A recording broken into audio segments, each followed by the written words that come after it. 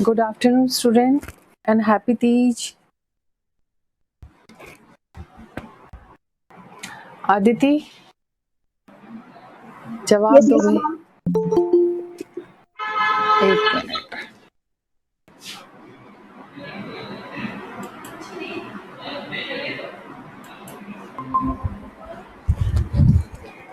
आज आप तीनों नए हो, ईशा, आदिति एंड ज्योति। ज्योति, आप कल थे क्लास में? Yes, ma'am.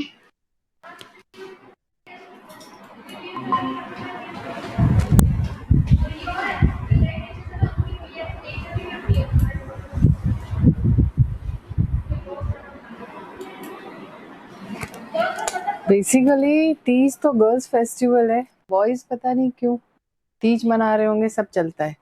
फ्रीडम है, फ्रीडम फ्रीडम पढ़ रहे हैं ना अपन। हाँ, तो ये चैप्टर ईशा, अदिति, मैं एक बार बहुत शॉर्ट में समझा देती हूँ। आप लोग कल नहीं थे, वैसे तो आप वीडियोस देख रहे हो, फॉलो कर रहे हो,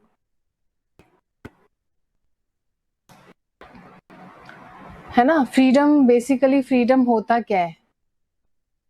जो आप चाहो जो कर सको, थप्पड़ मारने का काम नहीं कर सकते, है ना। बिना किसी को हार्म पहुंचाए हुए आप कुछ भी कर सको, अपने डिजायर्ड गोल को अचीव कर सको।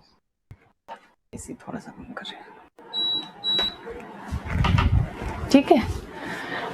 वो होती है फ्रीडम। अब फ्रीडम बेसिकली 2 पॉइंट्स में मैंने समझाया था। फ्रीडम में कब फ्रीडम फ्रीडम है? जब एब्सेंस हो, एक्सटर्नल कॉन्स्टेंट ना हो। एब्सेंस ऑफ एक्सटर्नल कॉन्स्टेंट मतलब बाहरी कोई आपको ऐसा कोई फोर्स ना हो, रिस्ट्रिक्शंस ना हो, लिमिटेशंस ना हो।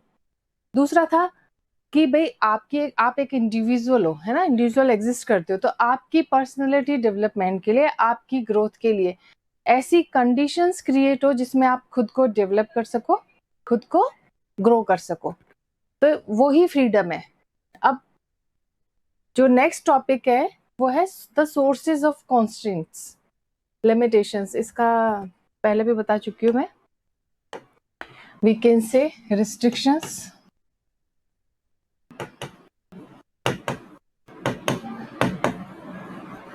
And limitations.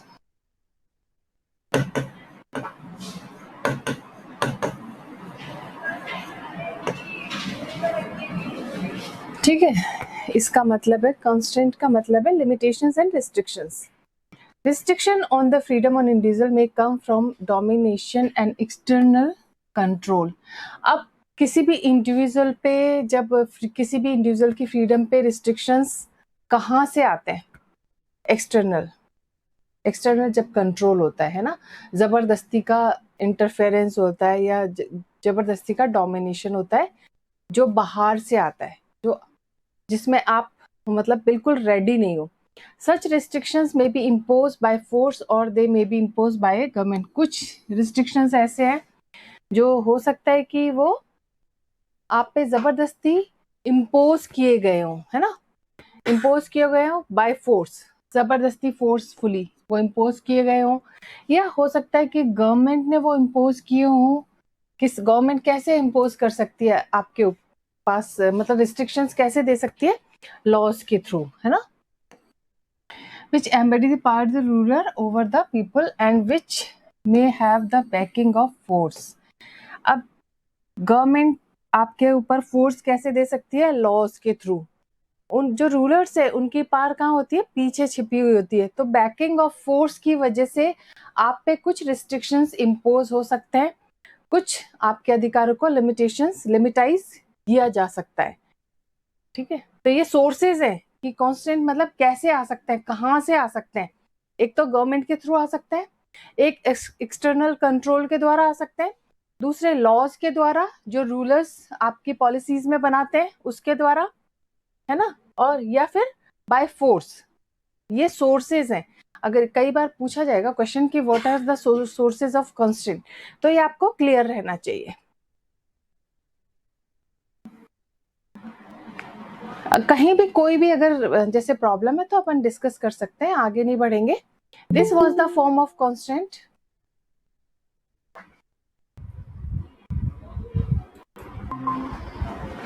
Welcome, Rohit. Rohit, nowadays you are not attending the class. What is the reason? I have called you so many times. Sorry ma'am, ma'am आज से रेगुलर रहूंगा। हाँ, आपने डिड यू मतलब appear in exam UT1? Ma'am कुछ reasons थे ma'am. मैं समझती हूँ, तो मुझे पर्सनल पे बता देना। लेकिन सुनो, मैं ऐसा करूंगी कि वो कुछ क्वेश्चंस आपको मतलब अटेंडेंस के लिए जरूरी है, तो मैं फॉर्म मतलब सेंड कर दूंगी, या आप मुझे पर्सनल चैट पे मुझे जो भी है बता देना, रीजन जो भी है ना। अब रेगुलरली अटेंड करो। एक अक्षत नहीं आ रहा, हर्ष नहीं आ रहा, ठीक है। रोहित, अगर आपको आगे का चैप्टर समझना है तो वीडियोस हैं, अगर आप देखना चाहो तो। अदरवाइज तो ये थ्योरी है, आप पढ़ के भी समझ आ जाएगा आपको।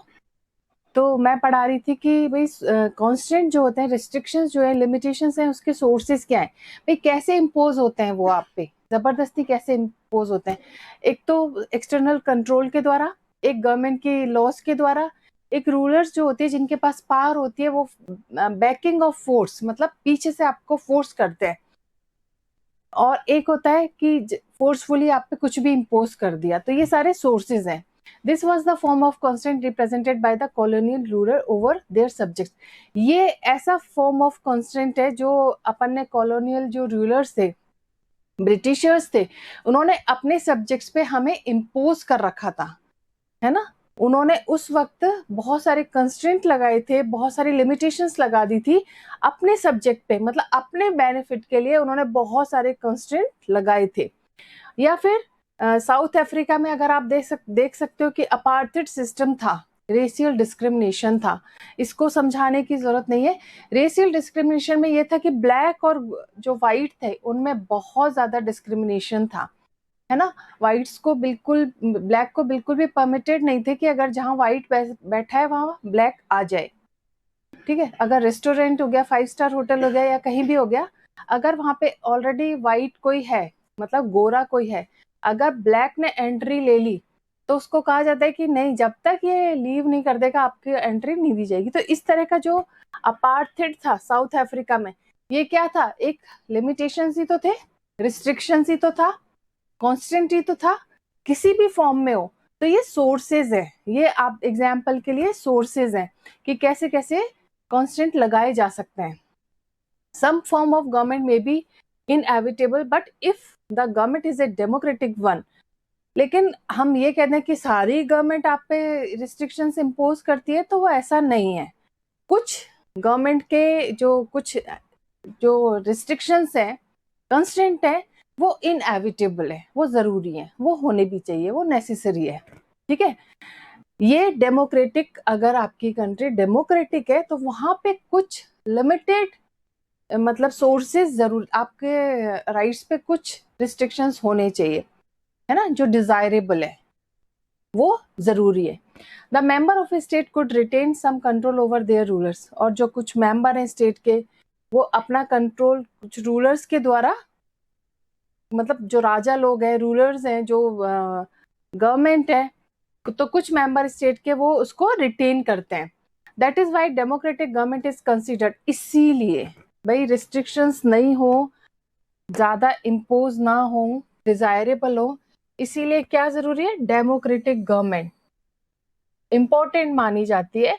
Protecting the freedom of people, लोगों की फ्रीडम को प्रोटेक्ट करने के लिए बेस्ट फॉर्म ऑफ गवर्नमेंट है वो डेमोक्रेसी है, ठीक है। But constant on freedom, but constant on freedom can also result from social inequality.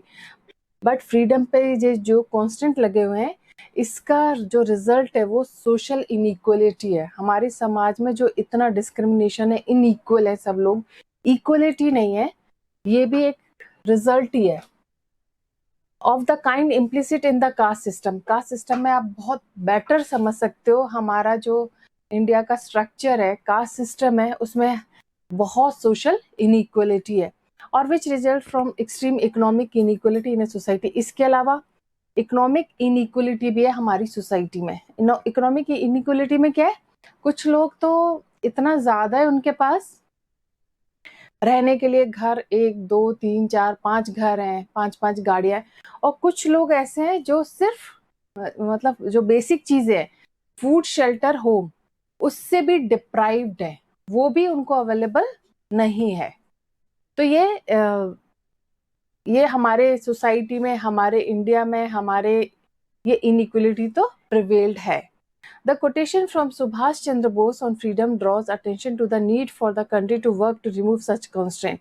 जो quotations है सुभाष चंद्र बोस ने दिया था फ्रीडम पे, तो ये हमारा अटेंशन ड्रॉ करती है कि हमें कुछ कॉन्स्टेंट, जो सोशल कॉन्स्टेंट है, उनको रिमूव करने के लिए कुछ काम करना जरूरी है, उनको रिमूव होना चाहिए, उनको हटना चाहिए, जिससे कि सोशल इनइक्वलिटी मतलब रिमूव हो, अबोलिश हो। और कास्ट सिस्टम में जो भी है extreme inequality in social, economic, political field must be abolished. तो सुभाष चंद्र बोस ने ये कहा था। अब ये कि हम तो फ्रीडम फ्रीडम चिल्ला रहे हैं, हमें सोर्सेज भी पता लग गए कि कौन कौन से सोर्सेज हैं जिससे कांस्टेंट इम्पोज होता है या कैसे उसको रिमूव किया जा सकता है। अब नेक्स्ट जो टॉपिक है वो आ रहा है, why do we need constants. हमें तो, हम आजाद देश के आजाद नागरिक है, हमें इन लिमिटेशंस की, इन रिस्ट्रिक्शंस की, इन कॉन्स्टेंट्स की क्या जरूरत है, हमें नहीं होनी चाहिए। तो अब इसका जवाब ये पॉलिटिकल जो थियोरिस्ट हैं वो इसमें दे रहे हैं कि हमें कांस्टेंट की या हमें रिस्ट्रिक्शंस की क्यों जरूरत है। तो we can't live in a world where there are no constraint. हम ऐसे वर्ल्ड में जहाँ पे हम रह रहे हैं वहां पे कंस्ट्रेंट ना हो, लिमिटेशंस ना हो, रिस्ट्रिक्शंस ना हो, तो फिर क्या हो जाएंगे। एनिमल्स हैं, उन पे कोई कांस्टेंट है क्या? तो कुछ तो ह्यूमन बीइंग्स और एनिमल्स में डिफरेंस है ही ना। तो हम ऐसे संसार में नहीं रह सकते जहाँ पे कोई कंस्ट्रेंट नहीं हो, कोई लिमिटेशंस नहीं हो, कोई रिस्ट्रिक्शंस नहीं हो। वी नीड सम कंस्ट्रेंट और else society would descend into chaos. अगर हमें कुछ मतलब सोसाइटी को ऑर्गेनाइज्ड वे में रन करने के लिए हमें कुछ कांस्टेंट की जरूरत पड़ती है, वरना क्या होगी, society would descend into chaos, गड़बड़, सब केओस हो जाएगा, सब गड़बड़ हो जाएगा, सब बेकार हो जाएगा। डिफरेंसेस में exist between people regarding their ideas and opinions. Differences हो सकते हैं, है ना, कि भाई मेरे लिए फ्रीडम क्या है, आपके लिए फ्रीडम क्या है, किसी और के लिए फ्रीडम क्या है। ये डिफरेंस एग्जिस्ट कर सकते हैं लोगों में, इन आइडियाज में, इन ओपिनियंस में। दे मे हैव कॉन्फ्लिक्टिंग एम्बिशंस, हो सकता है उनकी एम्बिशन कॉन्फ्लिक्ट होती हो, है ना, इस फ्रीडम के पॉइंट ऑफ व्यू से। They may compete to control scarce resources, इसके थ्रू वो हो सकता है कि जो स्केर्स, लिमिटेड जो रिसोर्सेज है उसको कंट्रोल करने की कंपटीशन उनमें रहे। There are numerous reason why disagreement में डेवलप इन ए सोसाइटी। बहुत सारी रीजन है कि सोसाइटी में इन कंस्टेंट को लेके बहुत सारे डिफरेंसेस हो सकते हैं, ठीक है, डिसएग्रीमेंट्स हो सकते हैं, विच में एक्सप्रेस देमसेल्फ थ्रू ओपन। और जिससे क्या होता है, ये जब डिसएग्रीमेंट होते हैं तो क्या होता है, ओपन कॉन्फ्लिक्ट होता है, आपस में डिस्प्यूट्स क्रिएट होता है। तो we see people around us ready to fight for all kinds of reason ranging from the serious to the trivial. लोग, आप आसपास के लोगों को देखें, रेडी टू फाइट रहते हैं, आजा बेटा, ठीक है, लड़ ले मेरे साथ, रहते ना ऐसे लोग। पता नहीं है, कुछ नहीं पता है, जैसे आप आजकल बहुत चल रहा है बॉयज में, झगड़ा हो रहा है, एक फ्रेंड उसमें इन्वॉल्व है, दूसरे फ्रेंड को नहीं पता कि गलती उसी के फ्रेंड की, पर ले लगे हाथ वो भी साफ कर लो।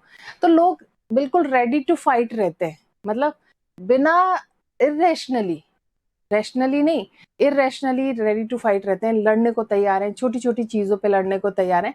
तो ऐसे बहुत सारे रीजंस है जिसमें डिसएग्रीमेंट डेवलप हो सकता है और ओपन कॉन्फ्लिक्ट्स हो सकते हैं, डिस्प्यूट्स अराइज हो सकते हैं। तो हम अपने कोई भी रीजन, चाहे सीरियस हो चाहे ट्रिवियल हो, ट्रिवियल मतलब लेस इम्पोर्टेंस, बहुत इंपॉर्टेंट नहीं है पर बड़े बड़े झगड़े हो जाते हैं, तो हम देखते हैं आसपास के लड़ते हुए, झगड़ते हुए। Rage while driving on the road, गुस्सा, जब रोड पे रेज होता है, एंगर, जब रोड पे गाड़ी चलाते हैं तो गुस्से में। फाइटिंग ओवर पार्किंग स्पेसेस में लड़ाई झगड़े, दो ग्रुप मिल गए और झगड़ा कर रहे हैं, जो पब्लिक पार्क्स है उसमें प्रॉपर्टी को डिस्ट्रॉय कर रहे हैं। क्वेरल ओवर हाउसिंग और लैंड, जमीन पे आप देख रहे हो, रोज पेपर में सुनो, झगड़े ही नहीं, अब तो नौबत यहाँ तक आ गई कि मर्डर, लोग एक दूसरे को छोटी छोटी सी लैंड के लिए, हाउसिंग के लिए एक दूसरे को मार रहे हैं। Disagreement regarding whether a particular film should be screen, disagreement वहां भी होता है जहाँ पे कि जैसे किसी फिल्म को लेके ये स्क्रीन होनी चाहिए, ये ऐसी होनी चाहिए, ये वैसी होनी चाहिए, ये disputes, all these and many other issues can lead to conflict and violence. ऐसे ही बहुत सारे इश्यूज हैं जिससे कि कॉन्फ्लिक्ट अराइज होता है, वायलेंस अराइज होता है, perhaps even loss of life. यहाँ तक कि ये कॉन्फ्लिक्ट इतने बढ़ जाते हैं कि लोगों को अपने लाइफ भी मतलब खो देते हैं, लोग अपनी जीवन को ही खो देते हैं। Therefore every society needs some mechanism to control violence and settle disputes. अब इसके लिए हमें क्यों जरूरत है कंस्ट्रेंट की? इसके लिए जरूरत है, नहीं खुला छोड़ दो जानवरों को कि जैसे खुला छोड़ दो, जिससे लड़ना है लड़, जिससे झगड़ना है झड़, जो करना है कर। अगर ऐसा छोड़ दिया जाए तो क्या होगा? वायलेंस। वो छोटी छोटी सी बात पे कि ये यहाँ से क्यों गुजरा, इस बात पे ही लड़ रहे हैं, ये वहां से क्यों रहा। तो इसके लिए, इसीलिए जो कुछ इश्यूज हैं वहां पे कंस्ट्रेंट बहुत नेसेसरी है, बहुत जरूरी है। कुछ ऐसा सोसाइटी को ऐसे मैकेनिज्म की जरूरत है जिसमें कि वायलेंस को वो कंट्रोल कर सके, डिस्प्यूट्स को सेटल कर सके, ऐसे किसी मैकेनिज्म की जरूरत है। So long as we are able to respect each other's views and do not attempt to impose our views on others, we may be able to live freely and with minimum constraint. अगर हम देखा जाए तो हमें क्या करना चाहिए?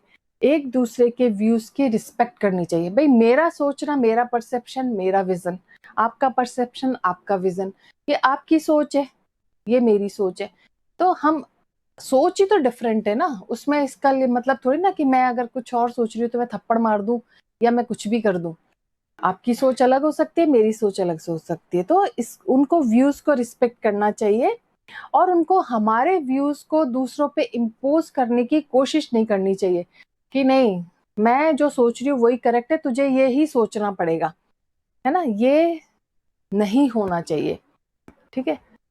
On we may be able to live freely and with, तब हम फ्रीली रह सकते हैं कि हम एक दूसरे की व्यूज की, एक दूसरे की ओपिनियन की, एक दूसरे की इंटरेस्ट की अगर रिस्पेक्ट करें और हम अपने व्यूज को, अपने ओपिनियन को दूसरों पे इम्पोज ना करें, तो हम मिनिमम कॉन्स्टेंट के साथ अच्छे से फ्रीली रह सकते हैं। Ideally, in a free society, we should be able to hold our views, develop our own rules of living and pursue our choices. Ideally, free society में होता क्या है भाई? हमें free society चाहिए। क्यों चाहिए free society?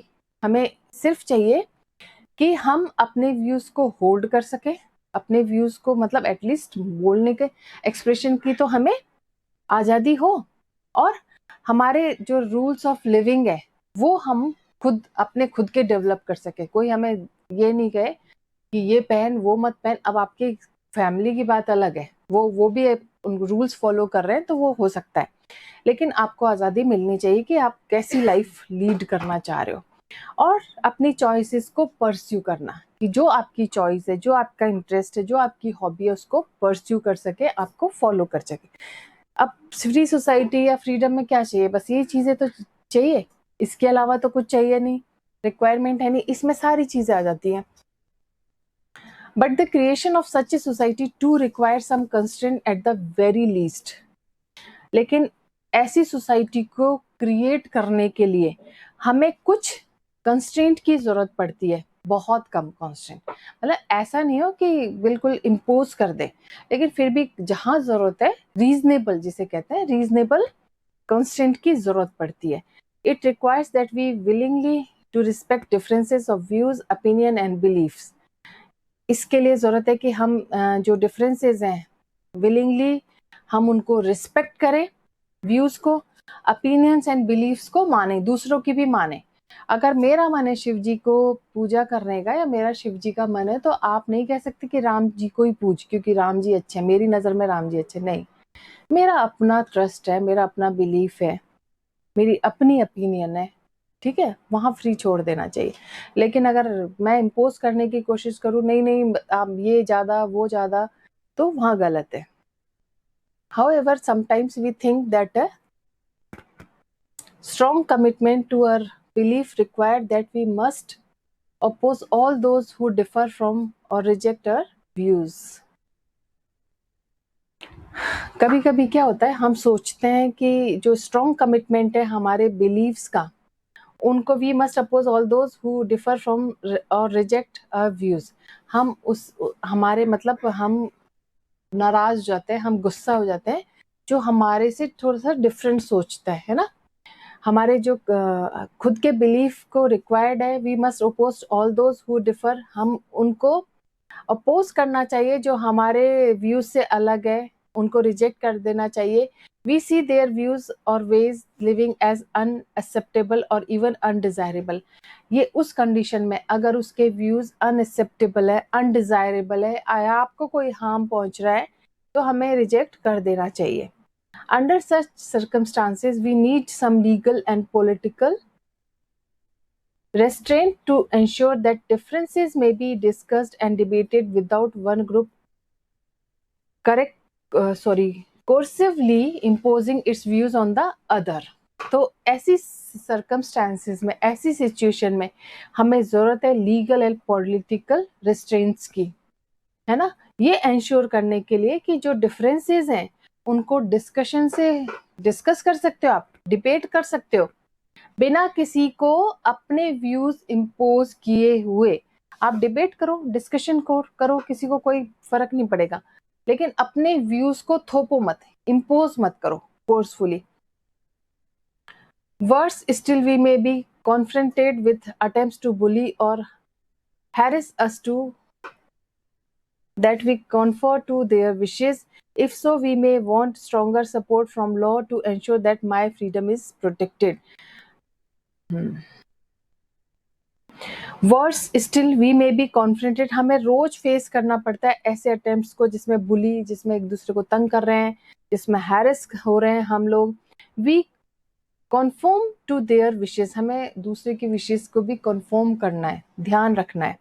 इफ सो, अगर ऐसा होता है तो we may want stronger support, हमें इसके लिए स्ट्रॉन्ग सपोर्ट की जरूरत पड़ती है। स्ट्रॉन्ग सपोर्ट कहाँ से मिलेगा? लॉ के रूप में मिलेगा। वो एंश्योर करता है कि जो हमारी फ्रीडम है वो प्रोटेक्टेड है। अगर मान लीजिए कोई वायलेंस हो रहा है या कोई वायलेंट हो रहा है, तो उसके लिए हमें किसकी जरूरत है? लॉ की जरूरत है। लॉ से ही हमारी फ्रीडम प्रोटेक्टेड रहेगी।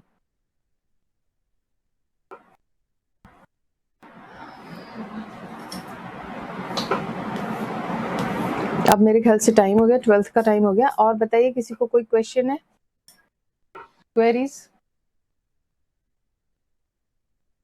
एक तो आप क्लासेस रोज अटेंड करिए, है ना, अच्छा लगेगा आपको। और अभी भी किसी को कोई क्वेश्चन पूछना है, कहीं कुछ पूछना है, तो आप पूछ सकते हैं। इस टॉपिक को मैं यही कल वील कंटिन्यू। अच्छा, ये और करा देती हूँ, फिर हार्म प्रिंसिपल्स पढ़ेंगे। The important question, however, is to identify which constraints on freedom are necessary and justifiable and which are not. ये important question है कि मतलब ये आइडेंटिफाई करना कि कौन सा कॉन्स्टेंट फ्रीडम के लिए नेसेसरी है और जस्टिफिएबल है। जस्टिफिएबल का मतलब है सबके लिए जस्टिफाइड है, किसी एक स्पेशलाइजेशन किसी का भी नहीं है, सबके लिए एक्सेप्टेबल है, सबके लिए जस्टिफाइड होना चाहिए। और कौन सा कॉन्स्टेंट ऐसा है जो जस्टिफाइड नहीं है, ये आइडेंटिफाई करना जरूरी है। What sort of authority external to the individual may justifiably say what can be done and what cannot? अब जो सॉर्ट ऑफ अथॉरिटी है, जो भी सरकार, रूलर्स, जो भी है, external to the individual, external से लेके इंडिविजुअल तक, में जस्टिफिएबली से what can be done and what can not. ये जस्टिफिएबल होना चाहिए कि क्या हो सकता है, क्या नहीं हो सकता, क्या होना चाहिए, क्या नहीं होना चाहिए। Further, are there any areas of our life and action that should be left free of all external constraint? हमारा जो ऐसे एरियाज है लाइफ के, हमारे खुद के, और ऐसे एक्शंस हैं जो शुड बी लेफ्ट फ्री, उनको फ्री छोड़ देना चाहिए एक्सटर्नल कॉन्स्टेंट से, हमारी कुछ प्राइवेसी होती है, कुछ पर्सनल लाइफ है जिसमें एक्सटर्नल कॉन्स्टेंट नहीं होना चाहिए। ठीक है, जैसे आप बनना चाहते हैं कुछ भी, आपके डिजायर्ड सेट है, सेट गोल है। अब इसमें कोई भी आप कह सकते हैं, आपके फादर मदर कह सकते हैं, क्योंकि हो सकता है वो आपसे, आपके लिए आपसे ज्यादा बेटर सोच रहे हो, वो एक मॉरली अलग चीज है। लेकिन अगर मैं कहूँ कि ये तो ये गलत है, ठीक है, तो जहाँ पे जरूरत नहीं है एक्सटर्नल कॉन्स्टेंट की वहां नहीं होने चाहिए, जहाँ पे नेसेसरी है वहां पे होने चाहिए, वो भी जस्टिफिएबल, जस्टिफाइड। कल हम लेंगे हार्म प्रिंसिपल्स, है ना। Till then take care and bye.